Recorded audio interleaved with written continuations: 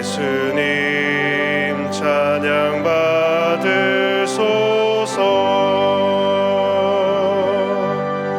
예수님 찬양 받으소서. 죄 사했네 우리 위에 성령 주셨네. 예수님 찬양 받으소서.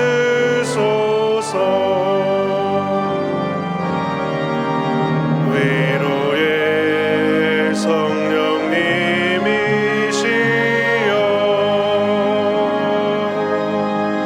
위로의 성령님이시여,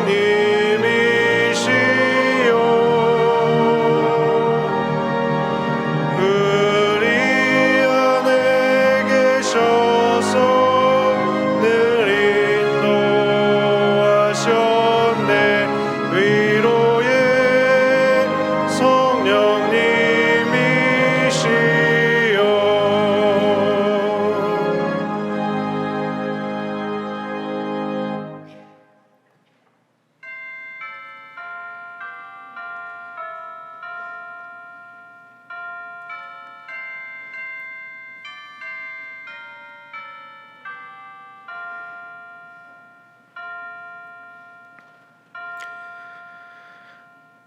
우리에게 있는 대제사장은 우리의 연약함을 동정하지 못하실 이가 아니요 모든 일에 우리와 똑같이 시험을 받으시니로되 죄는 없으시니라.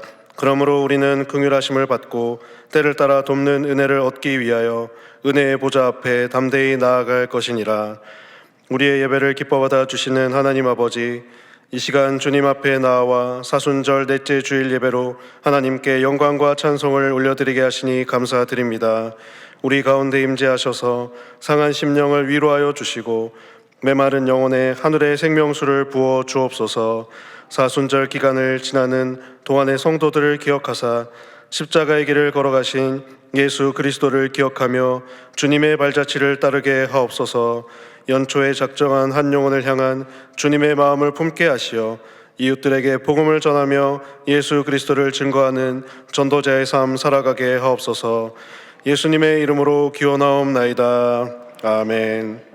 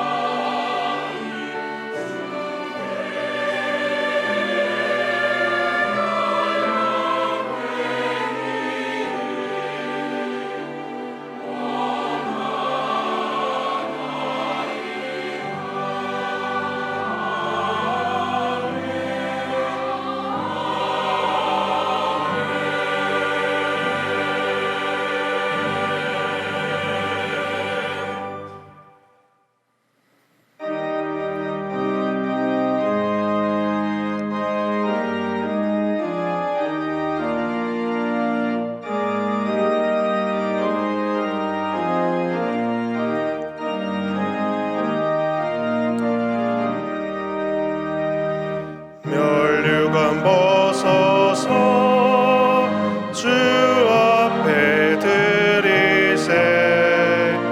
저 천사 기쁜 노래가 온 땅에 퍼지네.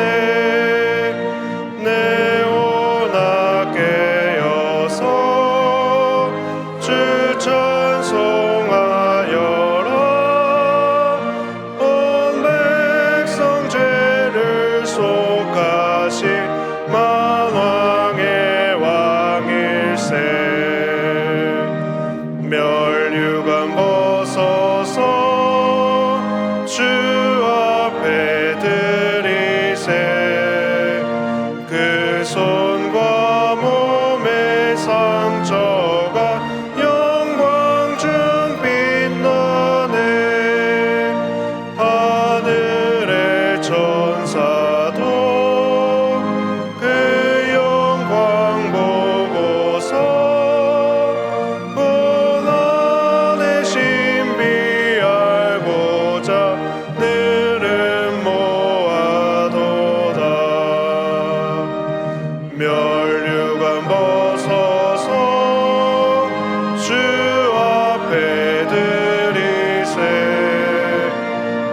세상 전쟁 그치고 참 평화 오겠네. 주 보좌 앞에서 온 백성 엎드려 그 한량없는 영광을 늘 찬송합니다.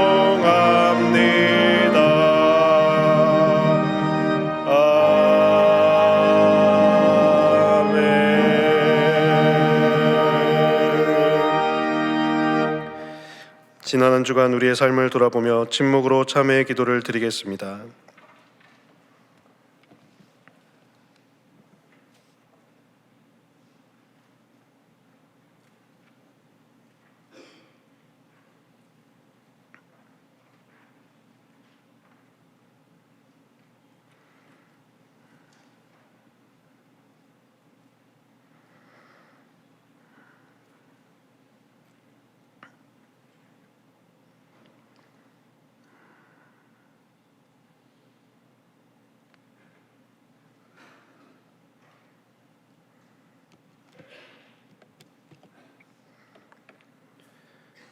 하나님께서 주시는 사죄의 말씀입니다. 아버지가 자식을 긍휼히 여김같이 여호와께서는 자기를 경외하는 자를 긍휼히 여기시나니 이는 그가 우리의 체질을 아시며 우리가 단지 먼지뿐임을 기억하심이로다. 아멘.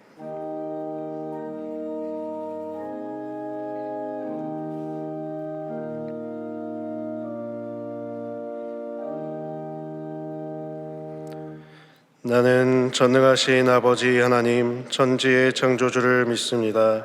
나는 그의 유일하신 아들 우리 주 예수 그리스도를 믿습니다. 그는 성령으로 잉태되어 동정녀 마리아에게서 나시고 본디오 빌라도에게 고난을 받아 십자가에 못 박혀 죽으시고 장사된 지 사흘 만에 죽은 자 가운데서 다시 살아나셨으며 하늘에 오르시어 전능하신 아버지 하나님 우편에 앉아 계시다가 거기로부터 살아있는 자와 죽은 자를 심판하러 오십니다. 나는 성령을 믿으며 거룩한 공교회와 성도의 교제와 죄를 용서받는 것과 몸의 부활과 영생을 믿습니다. 아멘.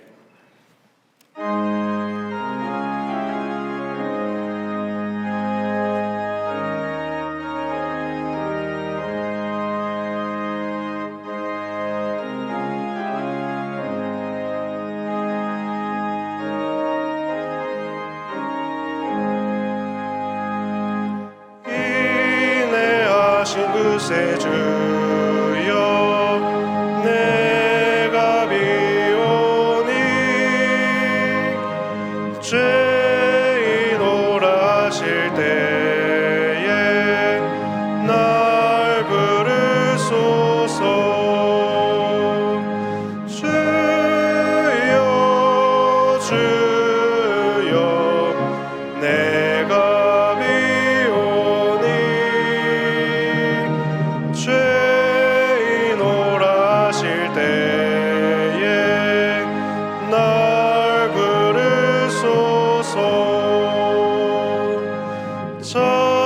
자비하신 보좌 앞에 꿇어 엎드려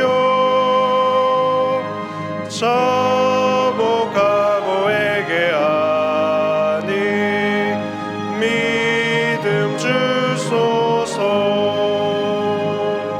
주여 주여 내가 비오니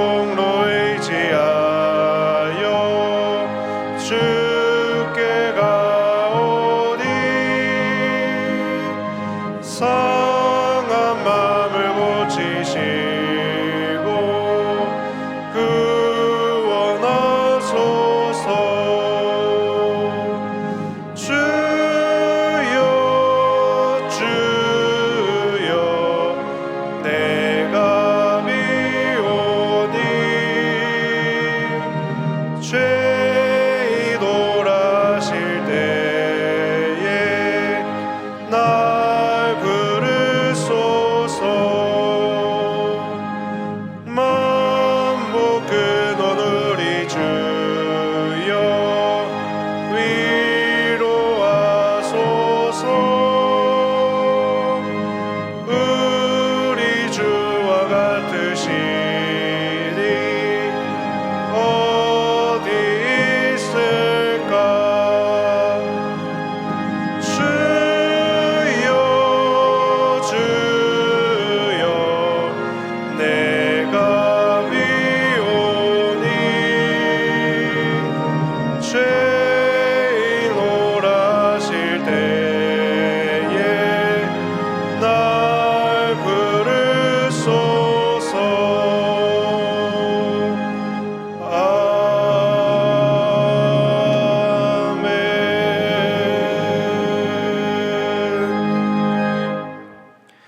자막을 보시면서 함께 교회 공동기도를 드리겠습니다.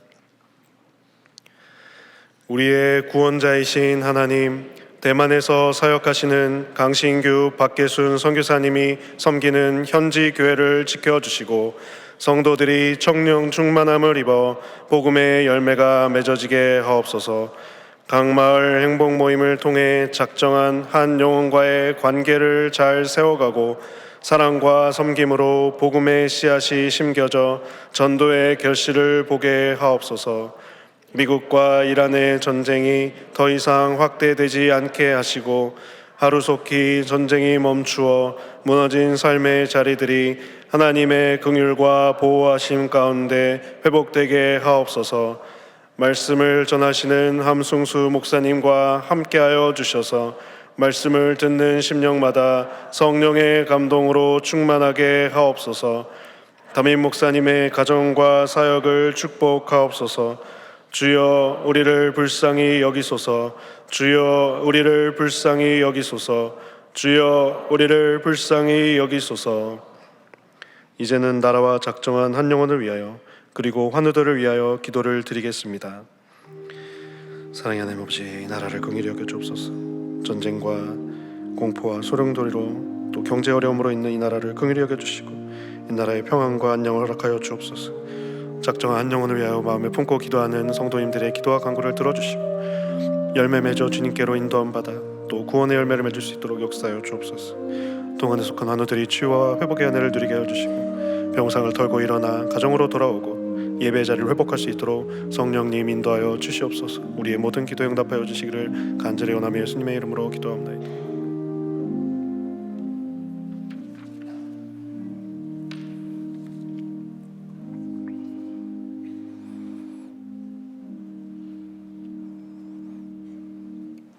거룩하고 자비로우신 하나님 아버지, 감사합니다. 지난 한 주간도 저희들을 사랑하여 인도하여 주시고 은혜 가운데 살게 하여 주셨다가 거룩한 주일 몸된 교회에 나와 예배드리게 하시오니 감사합니다. 모든 영광과 존귀를 주께 올려드립니다. 죄의 허물로 인하여 죽을 수밖에 없었던 죄인들에게 예수 그리스도의 보혈의 능력으로 구원하여 주시는 하나님의 은혜에 감사함을 드립니다. 이 시간 영과 진리로 예배를 올려드리오니 흠양하여 주옵소서. 우리에게는 한없는 기쁨의 시간, 감격과 구원이 넘치는 시간 되게 하여 주옵소서. 지난 한 주간 지은 죄를 회개하오니 용서하여 주옵소서. 세상의 욕심과 이기심과 미워하는 마음이 우리에게 있었습니다. 하나님보다도 세상과 물질을 더 사랑하여 주님을 잊어버리고 살았습니다. 이 시간 예수 그리스도의 보혈의 피로 용서하여 주옵소서. 웃을 저와 같이 정결케 하여 주시사 하나님의 온전한 백성으로 거듭나는 주의 자녀들 되게 하여 주옵소서. 거룩한 주님, 이 세상을 이 땅에 하나님께서 세워주셨습니다. 그렇지만 이 땅에 전쟁과 기근이 끊이지 않는 지구촌의 모습을 보게 됩니다. 나라가 나라를 치는 전쟁이 속히 멈추게 하여 주옵소서. 주께서 기뻐하시는 평안과 구원의 역사로 이 세상 가득히 채워 주옵소서. 이 나라의 민족을 불쌍히 여겨 주옵소서. 이 땅에 전쟁이 없게 하시며 무엇보다도 주님의 마음을 본받아 온전케 하여 주시는 주님을 바라보는 이 민족 되게 하여 주옵소서. 유정자들에게도 함께 해 주시며 다시 한번 복음의 능력으로 든든히 세워지는 이 나라가 제사장의 민족이 될 수 있도록 축복하여 주옵소서. 사랑의 주님, 사순절을 보내고 있습니다. 사순절 기간 동안에 주님이 받으신 고난을 묵상합니다. 주님의 고난은 우리를 위한 고난이요, 주님의 십자가는 나의 십자가가 됨을 깨닫는 사순절 되게 하여 주옵소서. 더욱더 주께 가까이 가는 사순절과 우리 믿음이 성숙하는 그날이 되게 하여 주옵소서. 주께 주신 사랑에 감사하며 부활절 기쁨 나누는 상자를 통해서 소외된 지역 주민과 이웃들을 섬기려 합니다. 작은 나눔을 통해서 사랑을 실천할 때에 그리스도의 사랑이 전파되게 하여 주옵소서. 그리스도의 향기가 지역사회 곳곳마다 퍼져나가게 하여 주셔서 하나님의 사랑이 편만하게 하여 주시옵소서. 사랑하는 동안의 지체들 가운데 질병으로 고통받고 건강이 좋지 않아 지금도 기도하는 성도들이 많이 있습니다. 주님, 낫게 하여 주옵소서. 경제적으로 어려워 신음하는 지체들도 많이 있습니다. 주님, 찾아가 주셔서 위로해 주시며 형통의 복으로 인도하여 주옵소서. 김영준 담임 목사님께 영육간에 강건케 하여 주옵소서. 성령 충만케 하여 주시옵소서. 주님 주신 사명을 주의 은혜로 감당케 하여 주실 때에 온전한 기쁨이 넘치게 하여 주옵소서. 가정에도 주의 평안으로 인도하여 주옵시기를 기도드립니다. 사랑의 주님, 사랑하시는 우리 함승수 목사님께서 말씀을 전하십니다. 성령 하나님께서 붙들어 주셔서 섬기는 학원사역위에도 주님의 놀라운 기적들이 일어나게 하여 주시옵소서. 오늘 겸손한 마음으로 예배를 드리기를 원합니다. 우리에게 말씀을 깨닫게 하여 주시며 깨달은 말씀으로 순종하는 제들 될 수 있도록 인도하여 주시옵소서. 우리의 마음과 뜻을 모아 시온 창대가 주님께 찬양으로 올려드립니다. 영광 받아주시고 우리에게는 큰 천국의 산 소망, 기쁨이 넘치는 시간 되게 하여 주옵소서.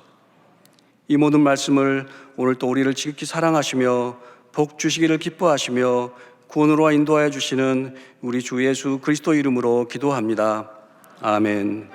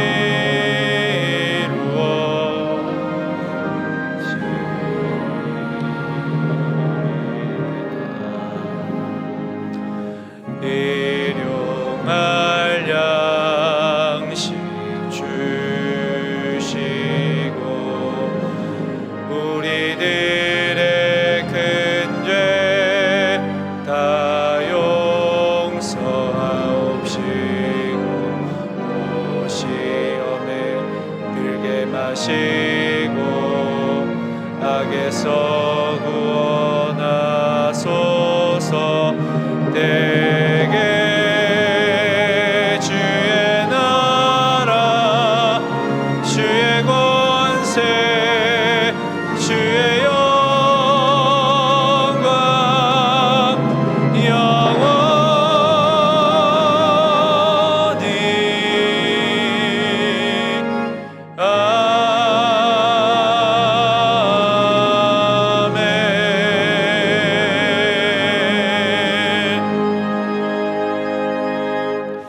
하나님 아버지, 오늘도 주님의 거룩한 날 주님의 자녀들을 불러주시고 존귀하신 주님의 이름을 높이며 경배하도록 은혜 주심에 감사드립니다. 한 주간의 삶의 고됨과 눈물을 아시는 하나님께서 오늘 예배의 자리에서 하나님을 예배하는 성도들의 마음의 중심을 보시고 위로와 평안을 허락해 주시기를 간절히 소원합니다. 이 주님의 날이 성도들에게 기쁨이 되고 다시금 한 주간을 살아갈 소망의 시간이 되게 하여 주시며 곳곳에서 헌신하고 수고하는 손길에는 그 시간을 통한 하나님과의 깊은 교제가 경험되어 세상이 줄 수 없는 기쁨과 행복을 누리게 하여 주옵소서. 따스한 3월의 계절입니다.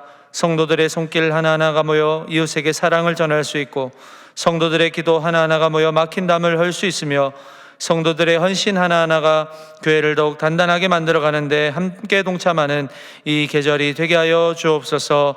오늘도 단위에 세우신 함승수 목사님을 붙들어 주시고 성령의 충만함 가운데 말씀을 대언하게 하셔서 함께 주님의 뜻을 발견하고 주님의 뜻을 따라 삶을 실천하기로 결단하는 이 시간이 되게 하여 주옵소서.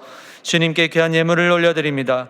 우리의 것은 지극히 적지만 드린 이들의 정성과 마음을 보시고 그 손길에 한없는 은혜와 평강으로 채우시며 이 예물이 더욱더 주님의 나라를 아름답게 세워가는데 귀하게 사용되게 하여 주옵소서.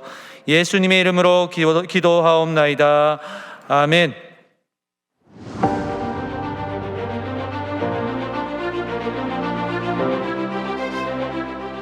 반복되는 일상, 예기치 못한 고난. 우리는 때로 인생의 거친 광야 한복판에 홀로 서 있음을 느낍니다.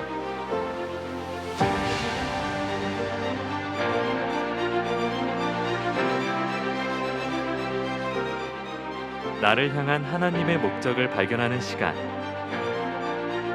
2026 신년 말씀 부흥회가 광야의 서다를 주제로 시작합니다.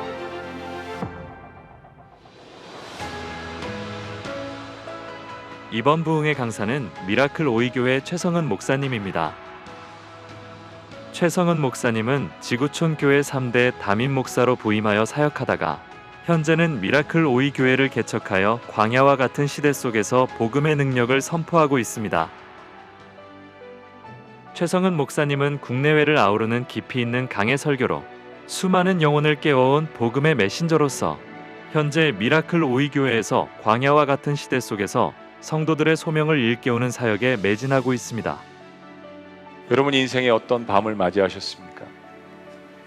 그리고 맞이한 그 인생의 밤, 그 광야를 어떻게 걸어가고 계십니까? 내일에 대한 불안과 염려가 있으십니까? 가장 놀라운 기적, 구원입니다. 거룩하신 하나님이 나 같은 죄인을 만나주신다는 그 놀라운 가장 큰 기적을 체험하시기를 주의 이름으로 축복합니다. 3월 22일부터 사흘간 성경 속 광야의 인물들이 당신의 삶의 응답이 됩니다. 엘리야의 회복이 당신의 회복이 되고 나오미의 섭리와 요셉의 화해가 당신의 기도가 되는 집회가 될 것입니다. 광야에 서 있다면 하나님의 말씀을 들을 수 있고 만날 수 있고 경험할 수 있는 절호의 기회입니다. 미라클 오이교회 성도님들과 함께 여러분들을 위해서 또 이 부흥회를 위해서 말씀 집회를 위해서 함께 기도하겠습니다. 말씀 안에서 3월 22일 날 뵙도록 하겠습니다. 메마른 땅 광야는 하나님을 만나는 축복의 자리입니다. 2026년 나를 부르시는 하나님의 음성, 광야의 서다에 당신을 초대합니다. 하나님께 감사와 영광의 박수 올려드리겠습니다.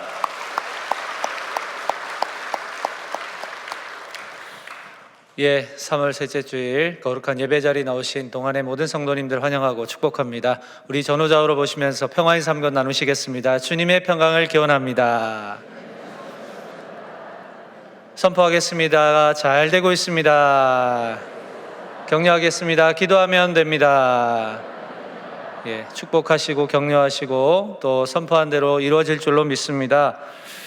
오늘 영상을 보셨지만 26년 신년 말씀 부흥회가 다음 주일 그리고 월요일 화요일 3일간 이곳에서 있을 예정입니다. 최성원 목사님 요즘 이 시대에 참 말씀을 정직하게 전하시고 또 하나님이 보시기에도 참 귀하게 쓰시는 목사님이신데요. 오셔서 광야에 서다라는 주제로 말씀을 전하십니다. 오늘날 광야에 서 계시는 우리 성도님들 그곳이 광야일지라도 하나님의 말씀이 선포되어지는 하나님의 임재가 머무는 곳이 바로 광야입니다. 하나님의 그 놀라운 임재의 역사가 이번 부흥회 가운데 여러분들 각자의 삶 속에 임하실 줄로 믿습니다. 많이 참여하셔서 은혜 누리시기를 간절히 소망합니다. 오늘 1부에서 5부 예배는 본교회 협동 목사님이시면서 사학법인 미션 네트워크 사무총장님으로 섬기시고 계시는 함승수 목사님께서 말씀을 전해 주십니다. 은혜의 교제 나눌 때 큰 하나님의 임재를 경험하시는 시간이 되시기를 소망합니다. 세례입교 예식 주보를 참조해 주시고요. 신청은 오늘까지입니다. 문답 청원서를 제출해 주셔서 세례입교 예식 받으실 수 있도록 안내를 부탁드리겠습니다. 고난주간 특별 새벽 기도회가 준비되어 있고요. 그리고 부활절 기쁨 나눔 상자가 저번 주일부터 시작을 했습니다. 부활절을 맞아서 우리가 함께 예수님의 사랑을 상자에 담아서 전하는 것, 그것이 우리 동안교회에 주신 하나님의 사명인 줄로 믿습니다. 많이 참여하셔서 많은 이웃들에게도 그 따스한 사랑을 전할 수 있는 기회가 되셨으면 좋겠습니다. 교육 훈련들 주보 참조해 주셔서 많이 참석해 주시고 함께 주님의 그 사랑을 함께 나눌 수 있는 복된 기회가 되셨으면 좋겠습니다. 담임 목사님께서는 이제 이번 주가 마지막 안식월을 보내시고 귀국하실 예정입니다. 돌아오시는 그날까지 계속해서 기도해 주시고 건강하게 돌아오실 수 있도록 함께 기도해 주시면 좋겠습니다. 나머지 소식은 영상으로 함께 하겠습니다. 주님 놀라우신 길을 만드는 기적의 주 어둠 속의 빛 그는 나의 하나님 약속을 이루시는 분 기적의 주 어둠 속의 빛 그는 나의 하나님 주 예수 이곳에 계셔 나 경배해 주 경배해 이곳에 운행하시며 일하시네 주 경배해 모든 맘 만지시는 주 나 경배해 주 경배해 우리 맘 치유하시네 나 경배해 주 경배해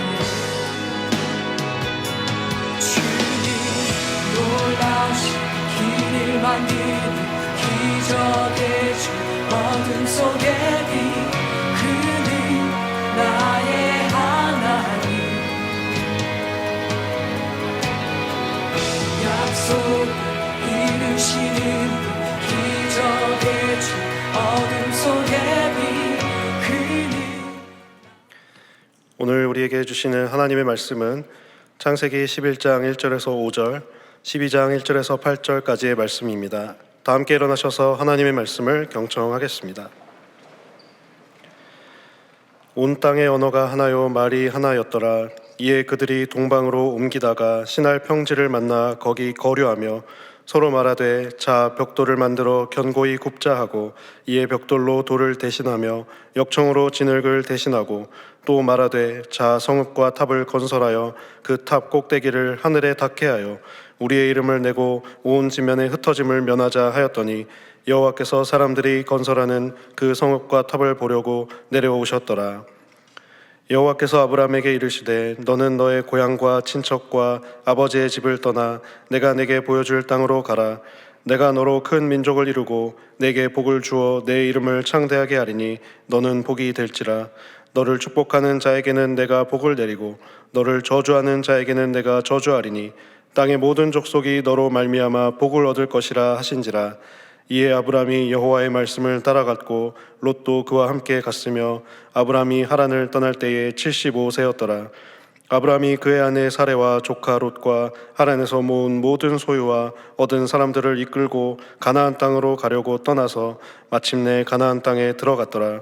아브람이 그 땅을 지나 세겜 땅 모래 상수리 나무에 이르니 그때에 가나안 사람이 그 땅에 거주하였더라. 여호와께서 아브라함에게 나타나 이르시되 내가 이 땅을 내 자손에게 주리라 하신지라. 자기에게 나타나신 여호와께 그가 그 곳에서 제단을 쌓고 거기서 베델 동쪽 산으로 옮겨 장막을 치니 서쪽은 베델이요 동쪽은 아이라. 그가 그 곳에서 여호와께 제단을 쌓고 여호와의 이름을 부르더니. 이것은 하나님의 말씀입니다. 아멘.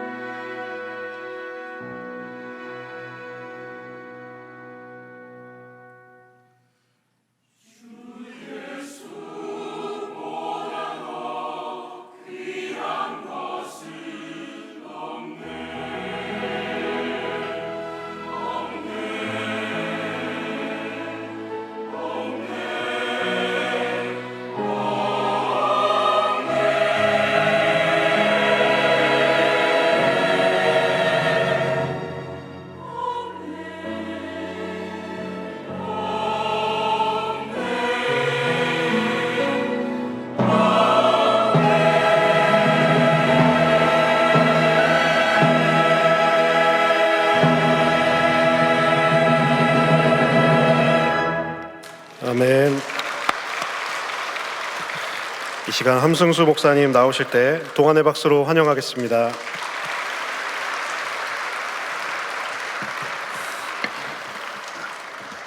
네, 안녕하십니까. 동안교 협동목사로 섬기고 있는 함승수 목사입니다. 소개받은 것처럼 기독교 학교 법인연합체입니다. 사학법인 미션 네트워크라는 단체의 사무총장을 맡고 있고 명지대학교에서 기독교 교육을 가르치고 또 연구하고 있습니다. 제가 자라고 성장한 동안교에서 말씀을 전하는 것은 언제나 영광스러운 일이지만 참 어려운 일인 것 같습니다. 여러분들의 눈빛을 마주하기가 어렵고 야, 쟤 옛날에 그랬던 애 아니야? 막 이럴까봐 이렇게 기대하는 것은 하나님께서 연약한 자는 덮으시고 하나님의 말씀만 여러분들 가운데 임했으면 좋겠습니다. 우리 옆에 계신 분에게 이렇게 얘기하겠습니다. 잘 오셨습니다. 잘 오셨습니다.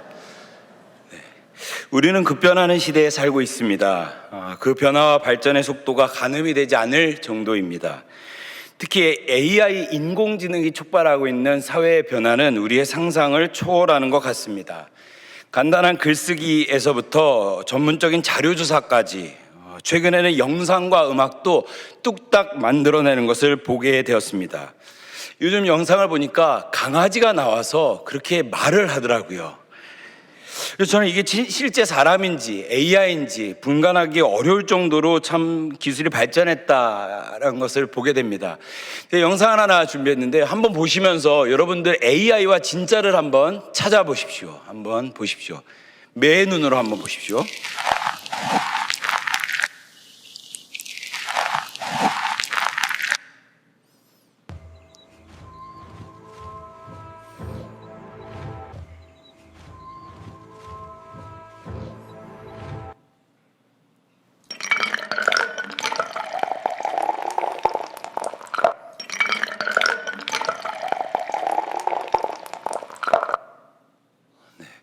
세 개 다 난 맞췄다. 진짜를 맞췄다. 계십니까?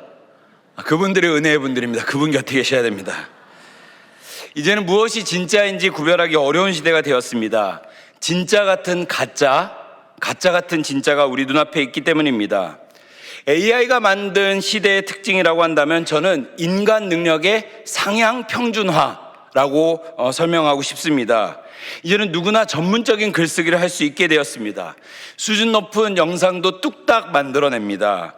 핸드폰 하나만 있으면 전 세계 어디를 가도 통역도 할 수 있고요. 길도 찾을 수 있습니다. 이렇게 변화하는 시대를 보면 과연 인간의 능력이 참 대단하구나. 인간이 어디까지 할 수 있을지 참으로 놀라울 따름입니다.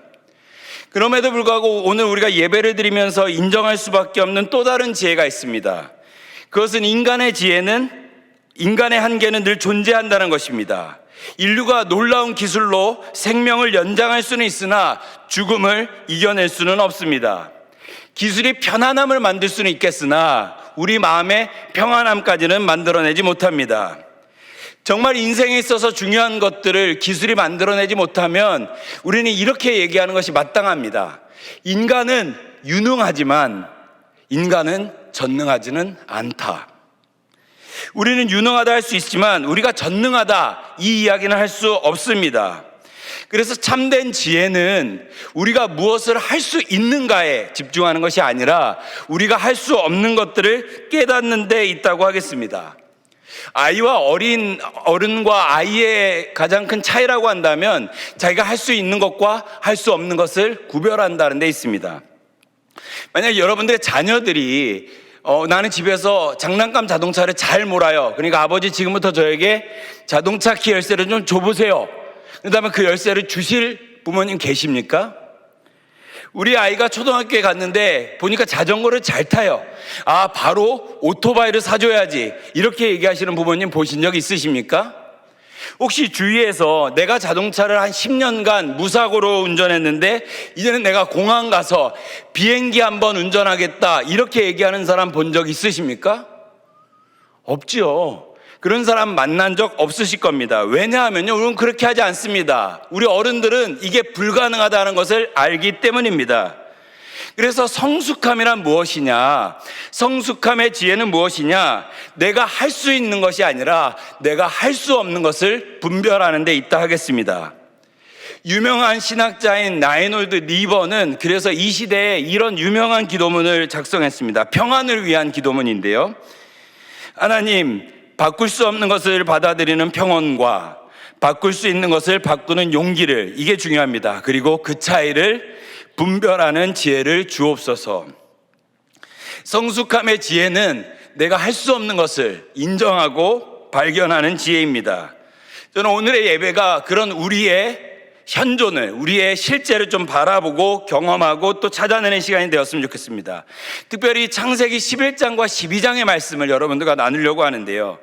창세기 11장은요, 유능한 인간의 역사를 이야기하고 있습니다. 창세기 11장은 인간의 유능한 이야기를 하지만 12장에서는 반전하시는 하나님, 전능한 하나님의 이야기가 나옵니다. 그래서 창세기 11장과 12장은 인간이 할 수 있는 것과 할 수 없는 것, 그리고 더 나아가서 해야 하는 것을 구분하고 있습니다.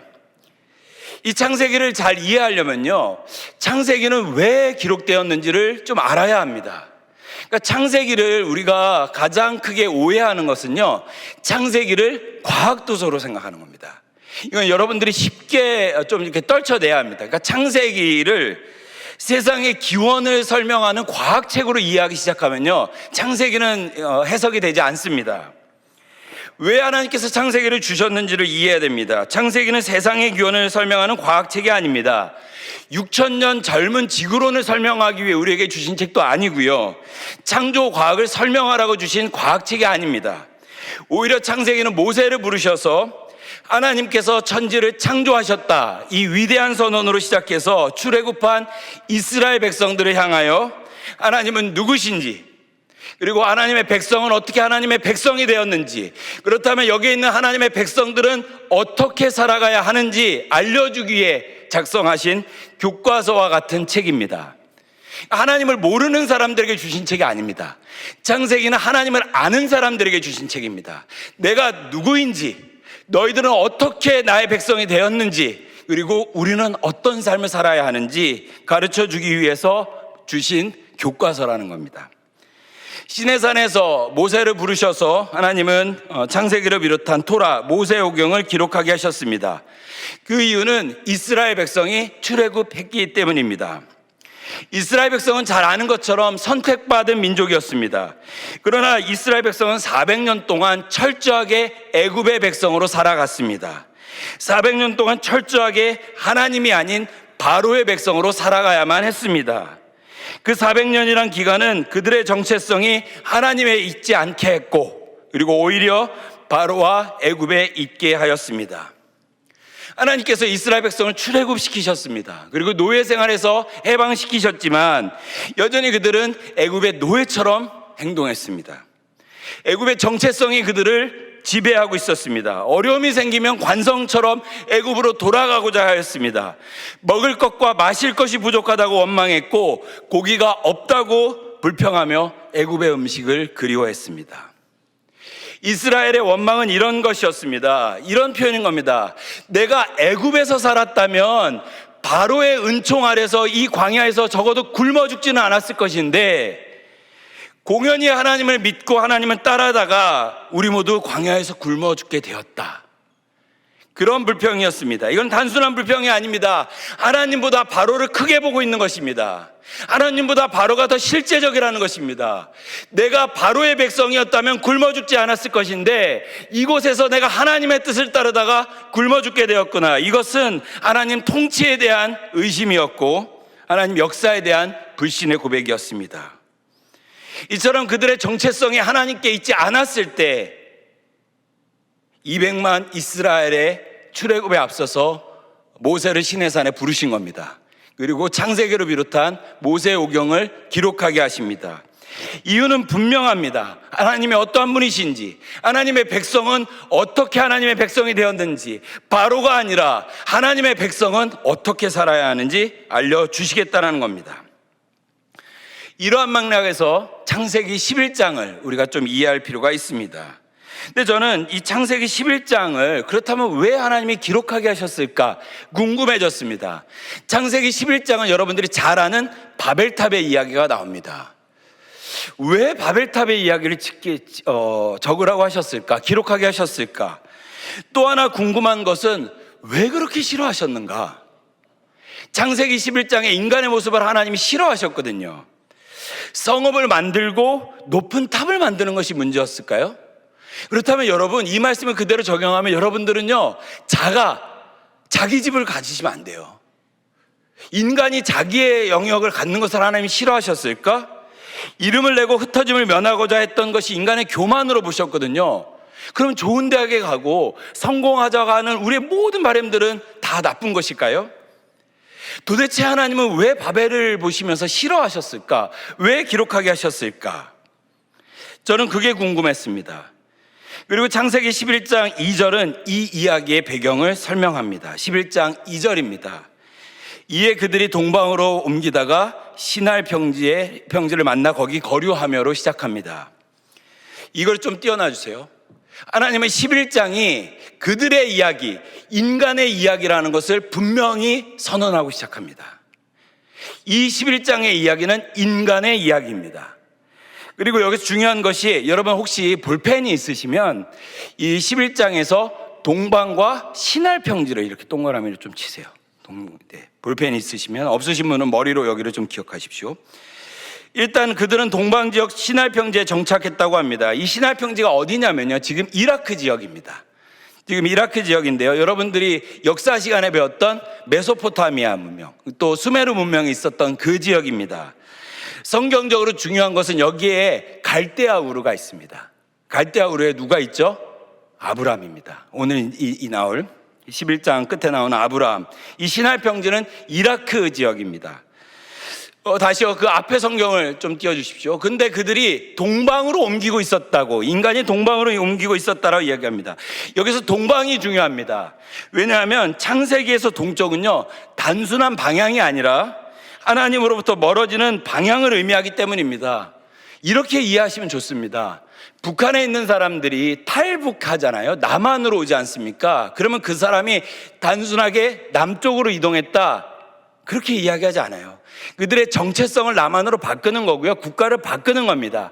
이처럼 성경에서 동쪽은 단순한 방향이 아닙니다. 하나님을 반역하고 하나님을 멀리 떠나는 것을 상징하는데요, 실제로 아담이 에덴 동산에서 범죄를 지고 나서 하나님께서 동쪽으로 추방하십니다. 동쪽으로요. 가인이 아벨을 죽이고 나서 어디로 도망가냐면 하나님을 피해 동쪽으로 도망갑니다. 아브라함과 룻이 다툼이 있고 나서 롯이 하나님의 언약을 뒤로하고 동쪽으로 갑니다. 그리고 오늘 성경은 인류가 다시 동쪽으로 가고 있다라고 이야기합니다. 동쪽으로 가고 있다는 것은 단순히 방향을 바꾸는 것이 아닙니다. 이것은 하나님 중심의 삶에서 인간 중심의 삶을 살고 있다는 것을 의미합니다. 하나님을 떠나는 인간의 역사를 상징하는 표현입니다. 그렇게 인간들은 하나님을 떠나 동쪽 지역 시날 평지에 정착했습니다. 근데 3절에 보니까 또 중요한 내용들이 나옵니다. 같이 한번 읽겠습니다. 시작.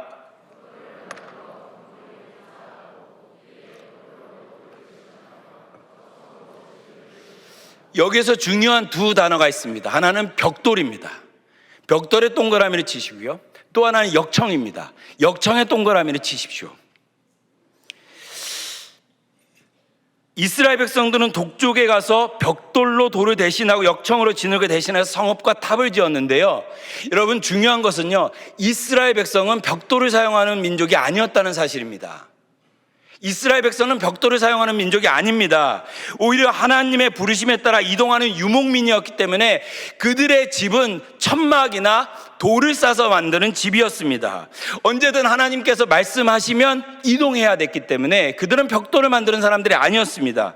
그런데 오늘 성경은 그들이 벽돌을 이용하고 있다고 이야기합니다. 두 가지로 이해할 수 있습니다. 하나는 대단한 인류의 문명의 발전이 있었다는 것과, 또 하나는 이게 더 중요하다고 생각하는데, 하나님을 떠난 인간이 이제는 의지적으로 이곳에 정착하겠다라고 그 의지를 드러내고 있는 것입니다.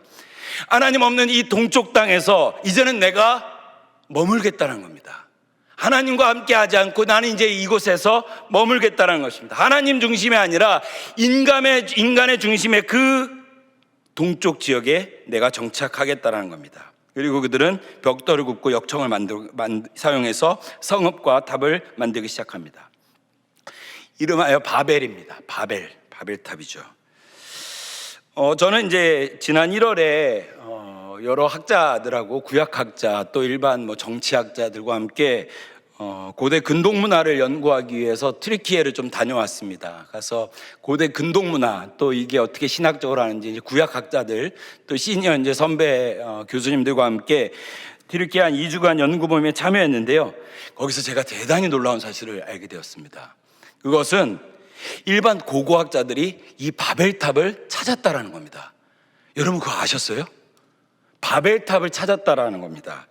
어떤 사람들은 바벨탑을 상상 속 어떤 성경의 상상 속 이야기로 치부하지만 1811년 이후에 본격적으로 이 연구가 시작되었습니다. 그래서 클라우디우스라는 사람 또 1840년대에 엘리어드라는 사람이 유럽에 소개하면서 결정적으로 1920년에 이 레너드 울리라는 이 사람이 펜실베니아 대학의 연구팀과 함께 그 이라크 지역, 이 수메르 문명이 있는 이 지역에서 아주 중요한 유적지를 발견합니다. 실제로 바벨탑을 발견한 것입니다. 이 무슨 황당한 얘기입니까? 바로 이것입니다. 이름은 지구라트입니다. 혹시 들어보셨습니까? 들어보셨죠? 또 역사 시간에 많이 배우는 겁니다. 이 근동학자들이 발견한 지구라트는 성경의 이야기 속 그대로의 모습이었습니다. 우선 이 지구라트들이 있었던 것이 갈대아 우르 지역부터 전역에 있습니다. 시날 평야제 전역에 있었습니다. 그리고 그 만들어진 것이 벽돌과 역청으로 만들었다는 사실을 발견합니다. 다음 사진을 보시면 이게 조선일보에서 탐색 기사를 쓰면서 찍었던 사진인데요. 좀 흐립니다만은 그 검은색 이 벽돌 같은 게 역청입니다. 역청. 그래서 성경을 연구하는 구약학자들, 실제 구약학자들 그리고 역사신학자는 물론이고 일반 고대 근동학자들도 이 지구라트가 성경이 이야기하는 바벨탑이다라는 의견에 거의 동의합니다. 여러분들이 생각하는 바벨탑과는 좀 다른 모습일 겁니다. 오히려 피라미드에 가까운 모습입니다. 가장 큰 이 지구라트는 90m에 달했다고 합니다. 그런데 이 학자들이 이 지구라트를 연구하면서 계속 중요한 사실들을 발견합니다. 이 지구라트가 단순한 탑이 아니었다라는 것입니다. 그리고 학자들은 이 거대한 탑의 끝에 아주 은밀한 공간이 있는 것을 발견합니다. 그것은 바로 신께 제사를 지내는 제단이었습니다. 수메르어를 분석해서 그것을 해석해 보니 이 탑에는 이렇게 적혀 있었습니다. 에테메안키 지구라트. 그 뜻은 하늘과 땅의 기초가 되는 문이란 뜻입니다. 이게 궁금하신 분들은요, EBS 바벨탑을 한번 보세요. 그럼 아주 자세하게 이렇게 역사 일반 고대 근동학자들이 이걸 어떻게 해석하고 있는지 보실 수 있을 겁니다. 그 뜻은 하늘과 땅의 기초가 되는 문, 그리고 이것을 하나님의 백성들은 바벨, 신의 문이라고 불렀습니다.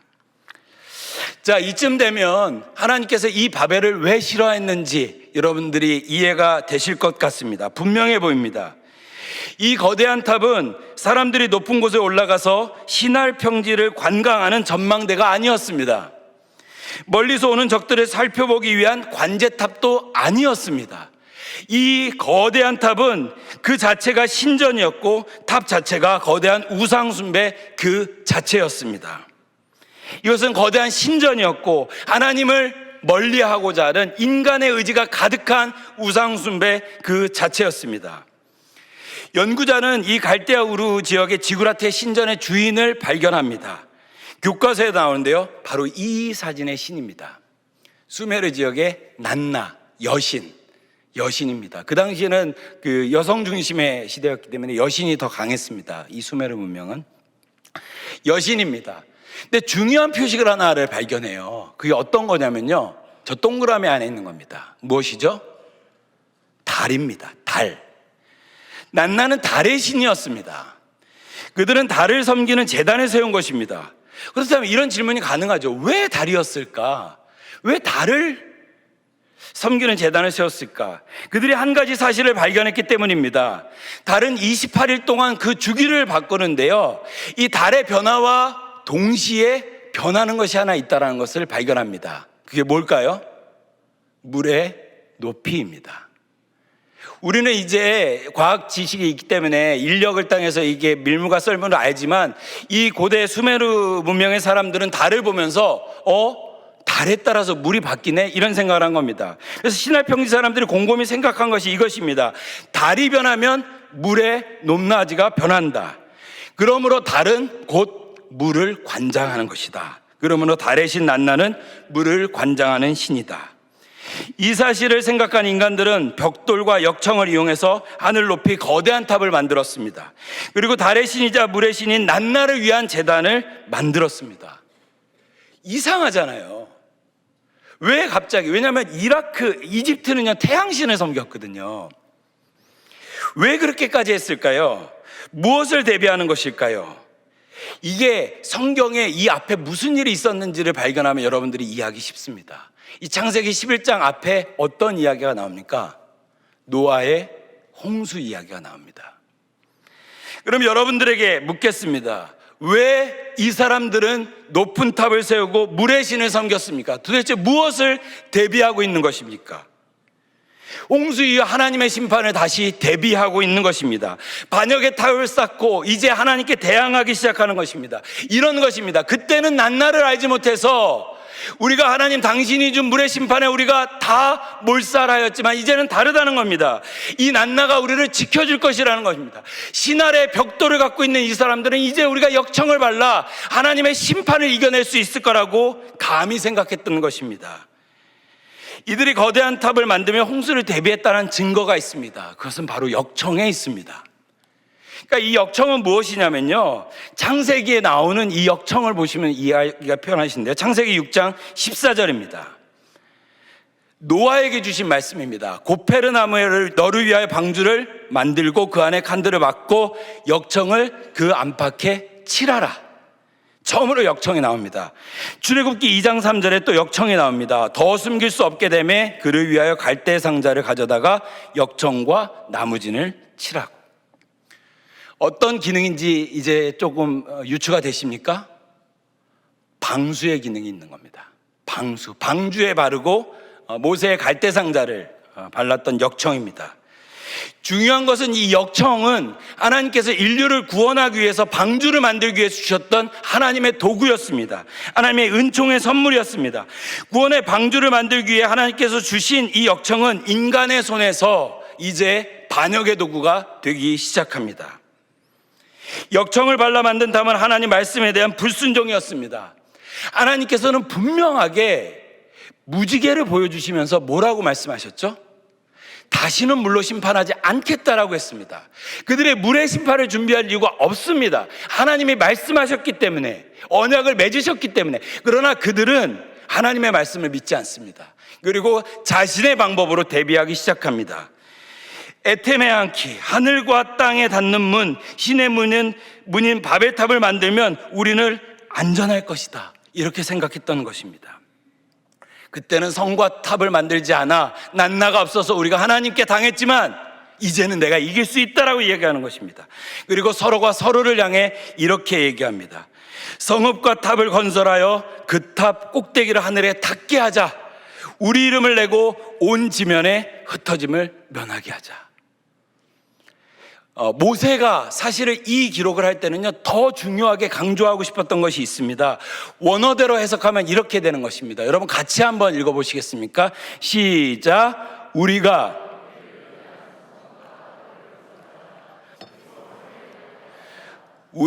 우리를 위하여 이름을 만들자. 우리가 온 땅에 흩어지는 것을 막자. 이들의 고백의 주어는 우리입니다. 내가 할 수 있다라는 것입니다. 내가 갖고 있는 신할의 벽돌, 내가 갖고 있는 역청, 우리를 지켜주는 이 난나, 이 제단이 나를 지켜줄 거라고 생각했던 것입니다. 자기중심적 사고를 하고 있습니다. 하나님의 자리에 이제 인간이 앉기 시작했습니다. 하나님의 힘이 아니라 하나님의 힘으로 살아가야 마땅했던 인류는 하나님의 자리를 대신하기 시작했습니다. 어디에서 많이 본 시험 아닙니까? 아담이 빠졌던 그 시험, 선악과를 먹으면 정녕 너희가 하나님같이 될 것이다 라고 했던 그 시험에 신할평지 사람들이 빠진 것입니다. 5절을 보면 그런 인간의 총체적 상황을 보고 하나님께서 실망하시고 한탄하셨습니다. 그리고 그들의 성읍을 흩으셨습니다. 그 바벨탑을 무너뜨리셨습니다. 왜냐하면 그 바벨탑에는 정답이 없었기 때문입니다. 그들이 그토록 원하는 안전과 번영이 바벨에 없었기 때문입니다. 인간 스스로 삶의 안정과 번영을 결코 만들 수 없다는 것을 하나님이 이스라엘 백성들에게 말씀하고 있는 것입니다. 그리고 나서 12장에 들어서면서 반전의 역사가 시작됩니다. 이 반전의 서사는 하나님으로부터 시작합니다. 여호와께서 아브라함을 부르셨다. 창세기 11장은 그들이로 시작하지만 창세기 12장은 여호와께로 시작합니다. 이 반역의 땅 동방지역 갈대아 우르에서 한 사람을 부르십니다. 바로 아브라함입니다. 그리고 그에게 말씀하십니다. 내가 명령한 땅으로 가라. 인류는 멈춰섰지만, 인류는 이곳에 벽돌과 신할의 벽돌과 역청으로 멈춰섰지만 하나님은 다시 도전하시는 겁니다. 이제 다시 믿음의 삶을 살아가라. 믿음의 여정을 가라고 도전하시는 겁니다. 그리고 주님께서 위대한 언약을 내어주십니다. 저는 이게 창세기의 가장 중요한 두 말씀 중에 하나라고 생각합니다. 저는 개인적으로 창세기가 가장 중요한 말씀은 창세기 1장 1절입니다. 하나님께서 천지를 창조하셨다는 이 말씀. 그리고 전 두 번째로 이 말씀을 중요하게 생각합니다. 어느 정도로 중요하게 생각하냐면 제 아들이 하나 있는데요. 이제 대학생이 됩니다. 그 아이의 이름을 이 말씀으로 따라서 지었습니다. 태민인데요. 클태자 백성민. 아브라함에게 주셨던 이 큰 민족의 축복. 한번 같이 읽어보겠습니다. 시작.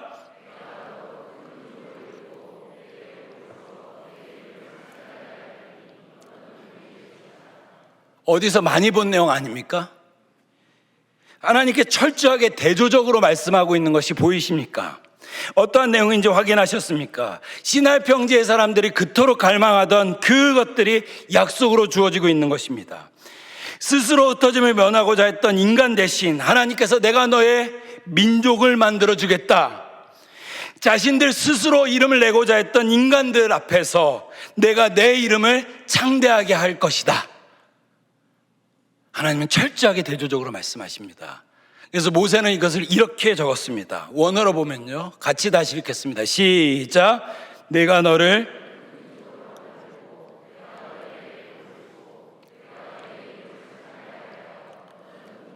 주도권이 우리에게 있는 것이 아닙니다. 하나님의 백성들에게 말씀하시는 하나님의 말씀은 그 복, 그 안정, 그 번영 내가 너희에게 줄 것이다. 그것은 내 손에 있다라고 말씀하시는 겁니다. 이 언약의 위대함은 그 내용에도 있지만 그 주체가 하나님이라는 데 있습니다. 저는 이 말씀이 이 시간 예배를 드리고 있는 저와 여러분들을 위한 약속인 줄로 믿습니다. 주도권이 우리에게 있는 것이 아닙니다. 우리가 만들어낼 수 있는 것이 아닙니다. 우리가 유능하지만 우리의 유능함으로 만들어낼 수 있는 것이 아니라는 것입니다. 이 서사의 마무리는 아브라함이 하나님의 이름을 부르는 것으로 마무리됩니다. 7절과 8절입니다. 여호와께 그가 그곳에서 제단을 쌓고 여호와께 제단을 쌓고 여호와의 이름을 불렀다. 아브라함이 여호와의 이름을 불렀다라고 성경은 마무리합니다.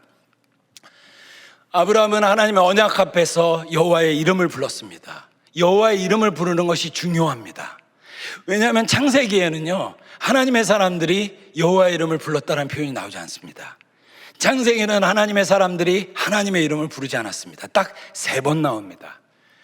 첫 번째는 창세기 4장입니다. 에노스, 그러니까 자녀의 이름을 에노스로 지우고 나서 그때 비로소 여호와의 이름을 불렀다라고 나옵니다.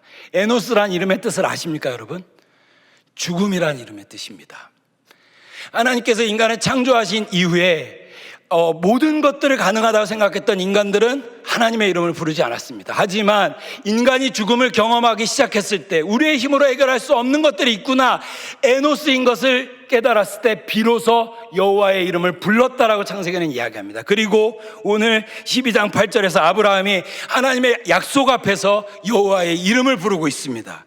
이것은 마땅한 반응이자 그리스도인들의 위대한 반응인 줄로 믿습니다. 자신의 힘으로 살아가겠다 이렇게 다짐한 사람들은 여호와의 이름을 부르지 않습니다.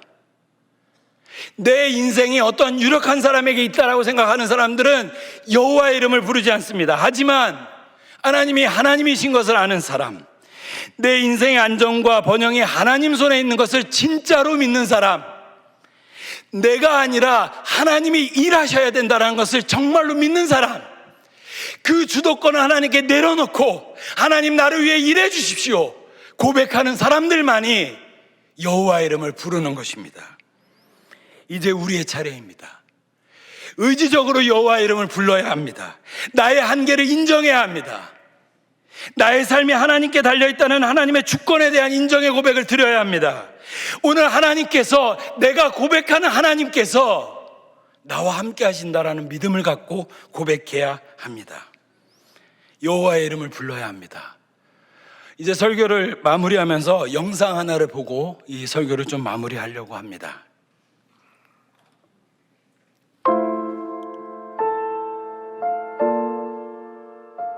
내가 살고 있는 것이 리무르, 티필, 티밭이에요. 내가 지금 걸어가잖아요. 그러면 아래에서 이 꼬마들이 나를 올려다봅니다.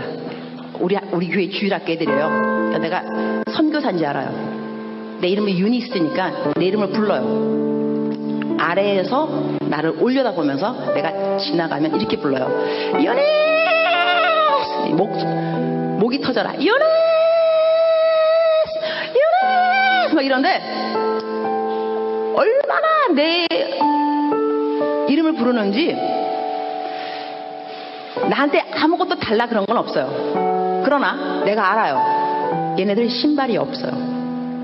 맨발로 다니거든요. 근데 유네스 할 때 저것들 신발이 없는데 신발 사줘야지 그 생각이 들어요. 그 다음에 또 유네스 이러면 저 녀석들 밥을 하루에 한 끼 먹는데 밥도 좀 많이 줘야 되는데 빵을 사줄까? 또 유네스 이러면 쟤네들 학교도 없는데 내가 돈 많이 있으면 학교도 지어주면 좋겠다. 이런 생각을 해요. 선한 생각이 계속 나게 있다는 이야기예요. 근데 걔네들이 그 누구도 나한테 유네스 신발 없어요, 신발 사주세요, 아무도 안 그랬어요. 그러나 내 이름을 부르는 순간순간 쟤네들 뭐가 필요한데? 이게 무슨 이야기냐 하면 여러분이 기도할 때 쥐야 이러면은요 여러분의 마음을 하나님이 왜 모르겠어요. 여러분 필요한 거를 하나님이 아세요. 그리고 하나님이 여러분을 정말 사랑하세요. 안 주고 싶지 왜 안 주고 싶겠어요. 그러나 부르짖어야 말이지. 부르짖지 않으면 또 하나님의 마음이 또 감동이 안 간다니까. 그래서 오늘은 여러분의 필요가 있을 겁니다. 어떤 것이 필요로 하는지, 그것이 공부인지 돈인지 건강인지 관계 회복인지 아니면 영성의 회복인지 하나님 알고 계십니다. 겉으로 크게 내가 말로 표현하기 싫으면, 어려우면, 불편하면 그냥 주여 이름을 부르세요. 주여. 말씀을 마무리하겠습니다. 우리 손에도 신할의 벽돌 같은 것이 있을 수 있습니다. 어떤 사람에게는 경제력일 수도 있습니다. 어떤 사람에게는 높은 학력일 수도 있겠습니다. 이것만 갖고 있으면 내가 안정감을 누릴 수 있다라고 이야기할 만한 것들 갖고 있을 수 있습니다. 어떤 사람들은 반대로 이렇게 생각할 수도 있습니다. 내가 신할의 벽돌이 없어서 이렇게 힘든 거지. 저 사람만 나를 알아주면, 저 사람만 내 이야기를 들어주면, 저 문제만 해결되면, 우리 경제력만 조금 회복되면 내가 더 이상 불안하지 않을 거야. 사랑하는 여러분, 우리의 안전이 어떤 유력한 사람에게 있다라고 말하지 마십시오. 권력에 있다라고 이야기하지 마십시오. 하나님의 백성들은 그런 사람들이 아니었습니다. 재정적 여유에 우리 인생에 안정감이 있다라고 얘기하지 마십시오. 우리 자녀의 미래가 좋은 대학에 있다라고 얘기하지 마십시오. 좋은 사람들에게 우리의 인생의 미래가 달려있다라고 얘기하지 마십시오. 하나님의 백성들은 그런 사람들이 아닙니다. 제가 이제 교회를 나와서 대학에 온 지 10년이 이제 돼갑니다. 9년을 넘어서는데 제가 교회에 있을 때는 잘 몰랐습니다. 우리의 일상의 삶이 얼마나 치열한지, 여전히 제가 우리의 일상이 이렇게 치열하구나 안다라고 하면 그건 시건방일 겁니다. 하지만 제가 교회에서 나와 보니까 우리의 일생이 얼마나 힘든지를 알겠더라고요. 얼마나 치열한지, 얼마나 관계가 어려운 건지, 얼마나 저 사람과의 관계를 풀어야 하는지, 얼마나 답답하고 막막한지를 이제는 조금 알겠어요. 진짜 조금 알겠어요. 그래서 저는 여러분들이 어떤 사람들에게 의지하고자 하는 마음을 저는 그게 이해가 돼요. 나도 그러거든요. 그러나 하나님께서는 오늘 저와 여러분들에게 그것이 한낱 바벨에 불과하다, 이렇게 다시 말씀하신 겁니다. 그것이 바벨에 불과하다. 거기에 답이 없다. 답이 아니다. 내가 답이다. 하나님이 다시 말씀하시는 겁니다.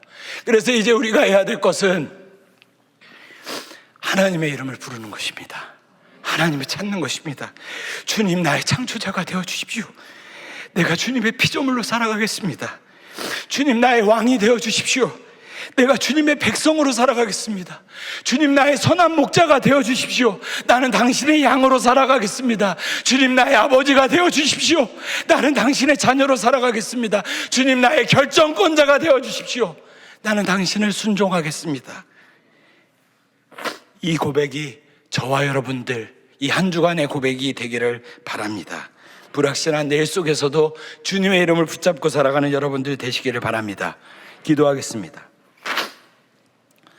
사랑과 은혜가 풍성하신 하나님, 오늘도 우리를 예배의 자리로 부르시고 살아계신 주님의 말씀을 들려주시니 감사합니다. 우리가 감당할 수 없는 고난과 끝이 보이지 않는 현실 속에서도 주님께서 우리를 붙잡고 계심을 믿습니다. 우리의 시작도, 우리의 마지막도, 우리의 눈물과 한숨조차도 주님 손 안에 있음을 고백합니다. 내가 너의 복이 되어주겠다 말씀하시는 그 음성을 듣게 하여 주시옵소서. 삶 속에서 하나님의 이름을 부르는 우리가 되게 하여 주시옵소서.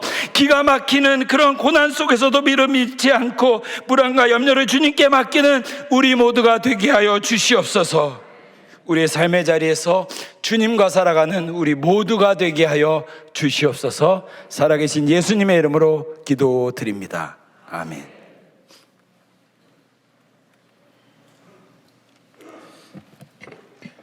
다 함께 일어나셔서 찬송가 310장 찬송하시겠습니다.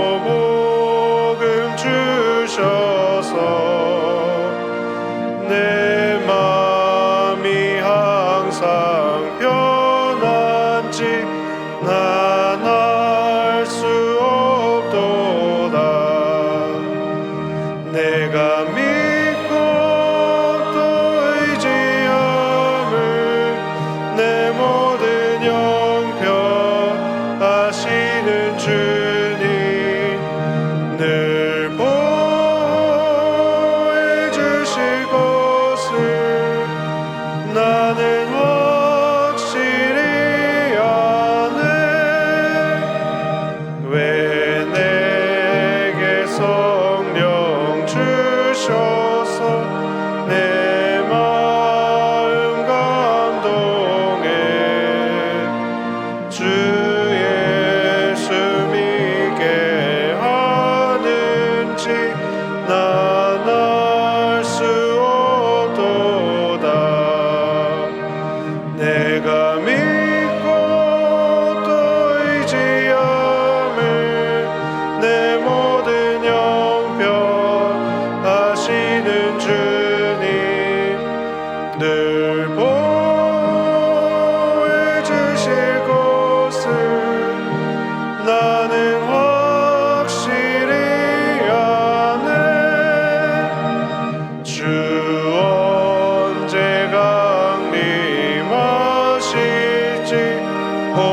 밤에 온낮에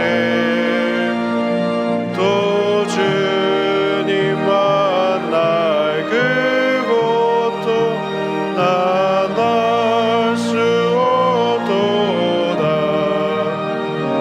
내가 믿고 또 의지함을 내 모든 용병 하시는 주님 늘 보호해 주실 곳을 나는 확실히 아네. 3월 이달의 말씀을 함께 선포하시겠습니다. 나는 빛도 짓고 어둠도 창조하며 나는 평안도 짓고 환난도 창조하나니 나는 여호와라 이 모든 일들을 행하는 자니라 하였노라. 아멘. 주님, 삶의 자리로 돌아갑니다. 그 시간 공간 구석구석에서 주님의 이름을 부르는 저희들이 되게 하여 주시옵소서. 주권이 나에게 있지 않고 이 모든 것이 주님께 있음을 인정하며 하루하루 세상이 감당하지 못하고 세상이 줄 수 없는 평안 가운데 살아가는 우리 모든 성도가 되게 하여 주시옵소서. 이제는 우리 주 예수 그리스도의 은혜와 하나님의 크신 사랑과 성령의 교통하심이 말씀을 듣고 하나님을 붙잡고 여호와의 이름을 부르며 살아가기로 다짐하는 사랑하는 동안의 성도들 머리머리 위에 동안교회와 이 나라와 이 민족 위에 이제로부터 영원까지 함께 하시길 간절히 축원하옵나이다. 아멘.